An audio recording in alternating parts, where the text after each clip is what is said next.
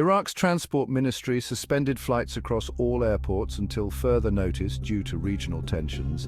The Iraqi state news agency, INA, reported after the Israeli military said it conducted strikes against Iranian military targets early on Saturday. What this means is there are no flights in or out of Iraq at this time. Israel struck several targets across Syria and Iraq as part of its wide-reaching response to Iran on Saturday. Explosions were reported in Basra, in southern Iraq. But soon after, Iraqi officials denied this, saying that they had actually occurred across the border in Iran. Here's what we do know for sure. We know that the United States has troops still in Iraq.